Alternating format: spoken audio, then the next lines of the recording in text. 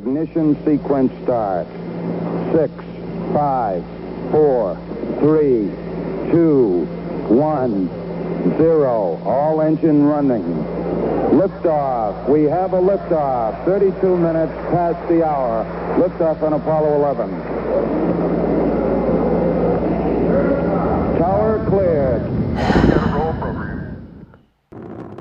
We are so far from where we began.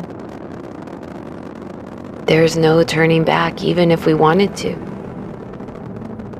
Looking back over the vast landscape we've traversed, now reduced to ash, there is no longer a past to run to. At least not in any tangible way. It has undergone its disillusion, its illusion of linear. All that remains now is liminal and eternal. Can you even pinpoint where it started? What was the beginning? When was the end? But more than that, how would one strip their feathers? Having to pluck the well-earned expansiveness one by one until we sank back down into the illusion? Into dreaming? There were moments along the journey when it did happen momentarily. Seconds, hours, days of insanity, unconsciousness, mindless and heartless meat suits motoring around on puppet strings, seduced onto stage by surges of intense emotion, performing our roles with lines known by heart. Well-worn grooves in the record playing the theme music of distorted mental constructs seeded long before we arrived. Oh, who are we kidding? It was more than a moment. It was a lifetime. It was many a lifetime. All culminating in a volcanic, molten spewing of ancestral pain and turmoil and program, all rocketing forth, screaming, "See me! Witness me! Heal me! And if you cannot, then create more of me until our explosiveness is undeniable, until there is no other choice. And if not you, then it will be your children. And if not them, then theirs." And oh, how we would see it then. Witness it and unpack it. Baggage that seemed never-ending. Gradually, we would rouse from these fits of unconsciousness, recalling it like a fever dream that sends one lashing and flailing about. The hold the program had, slowly giving way to the next leg of the journey. Bit by bit, thread by thread, mending and breaking, until we could once again see through unfiltered eyes. And begin again. Begin anew. Eking forward to the next spiral. No longer a circle. Yes, the only danger now is flying too close to the sun or never leaving the ground at all. Now we must be balanced in the desire to float away into our orbits of the sun or rest inside our bodies born of cavernous bones brought forth through the ages of time and space. Both states of stardust meandering through fields of tapestry. Neither can be sustained infinitum, riding dangerously close to apathy or distraction. Knowing now we came to embody, to experience, to live fully for whatever that great tribute is to one's mission and legacy. And through this sifting and sorting of states of lucidity, we have arrived. We have arrived and we are together. Standing with feet rooted and hearts infinitely enlarged. And I am gazing at you, beautiful. I am gazing at you and wondering if you're as much changed as I. But knowing you must be, for I was there for that scar on your face, that callus on the hand, that bend that now shapes your back, and you were there in my slow unfurling and uncurling of crippled and tangled mass, and we made it. We made it to this sunrise, to this beat of our hearts, and somehow we are smiling. How are we smiling? When everything around us has been reduced to dust, burned by the ash of annihilation through that pesky volcanic surge.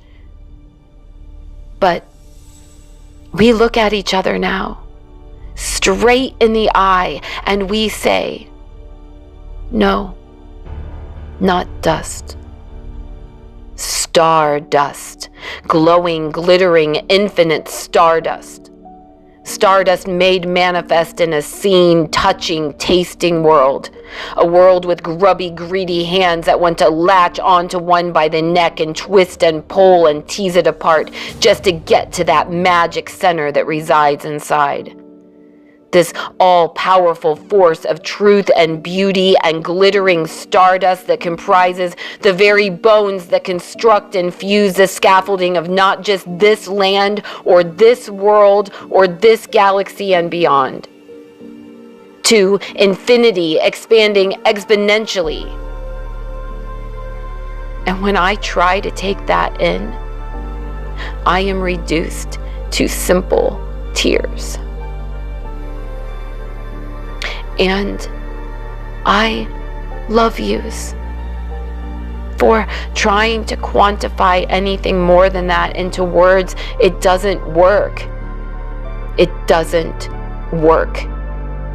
For it is a feeling, it is a knowing, it is a living and breathing truth that gets passed along with each inhale and exhale of the body, the breath of life that gets mixed around and embodied in our bodies momentarily in a union at the intersection of interconnection, an exchange of every single Earth's inhabitants' lived experience, all swirling around inside my lungs, infusing my blood with life force that beats this heart. And oh, how I have loved you. And oh, how I have hated you, gone to war with you, made peace with you, made love to you, then killed you over and over again, lifetime over lifetime. I have consumed you and you me, and we have played every role, lover and robber and thief in the night, hero and guardian and savior alike. And for shame, and what a waste if there were a purpose to guilt or shame. And definitely not blame. For we created that volcano so long ago, the only memory that reverberates now is a far-away echo where we recollect our part in the madness. So who am I now to be standing here at this fork in the road? How are we meant to part when we are interwoven, a part of every fiber of one's tapestry, intricately interlaced, woven through time and space eternally? The great truth is that we cannot be separated. There is no circumstance or situation or length of time past that can tear us apart from the fabric of the great mystery. Yes, now we stand at the intersection of interconnection, eyes alight in the naked truth of awareness. Are we courageous enough now to brave it on our own, knowing we are never alone? For we carry the light of love deep in our blood. Can we share one final embrace? Knowing that unity does not end where sovereignty begins, are we ready now to become fully initiated into individuation? The culmination of all that has come to pass and all that is yet to become? Can we free one another from the bondage of expectation and definition of any kind? Are we capable of opening the door on that cage and allowing each other to fly, liberated from any future but destiny's great adventure? For there are great works in the works, calling us forward many paths, one heart. For the tines of the fork still attached to the handle, the fingers belong to the hand, the spindly legs of the spider still beguiled to the body whom weaves one great web. And even if I were to lose such a limb, a so-called phantom would take its place. But we know now that the only ghost is the illusion of the limb in the first place, for it was always the phantom who captained the ship, choreographed the dance, built that fiery volcano. Agency now. Agency. Not through the ideas and ideals of separation, but through the very root of unity and oneness that ties us all together. Motivates the dance of life, sends our feet in motion, gives us the wind to take flight. Bright flames of the sun sparkling by day and sparks of starry lit sky in the dark of night. Manifested magnificence, no longer encrusted and calcified in distorted emotions and beliefs, no longer needing sword and armor, for the eye does not perceive an enemy. No longer needing a shield at my side, for I am shield in silence, in stillness. Yes, the divine adversary is now dead, and not murdered in the night, nor slowly poisoned with the venom of judgment, nor snuffed out in the blindness of blight, not even silenced. Instead, it was tenderly and lovingly put to bed, tucked in tight and given a kiss on the forehead, before wishing it safe passage and travel as we moved on to the next world, the next paradigm, the next field of consciousness, ready to explore with bated breath and anticipation, as the journey has been long and arduous, and none of us wish to allow those demons in anymore. Those volcanoes, now mountain, where wheatgrass waves in the wind and wildflower grow, where the sun shines sweetly and lover is replaced where enemy once stood.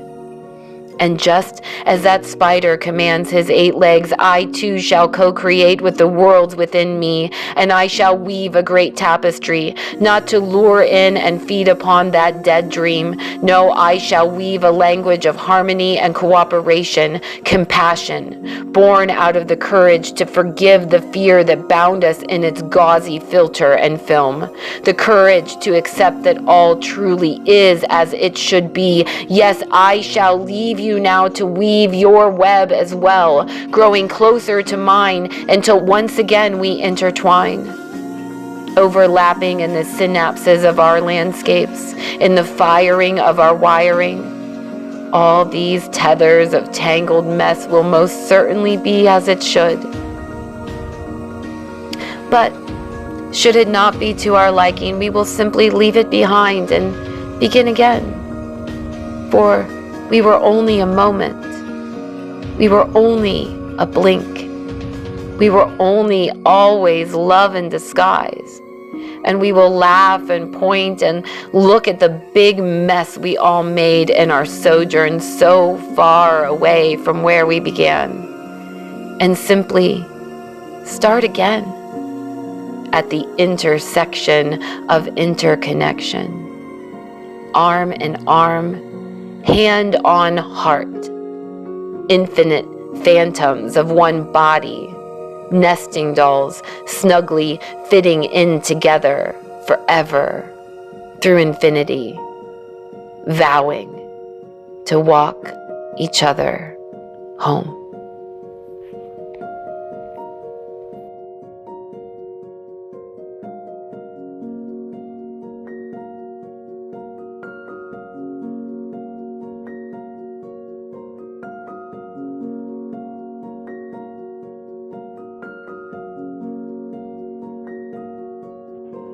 Just wanted to say I love ya. Golly loves ya. Bye.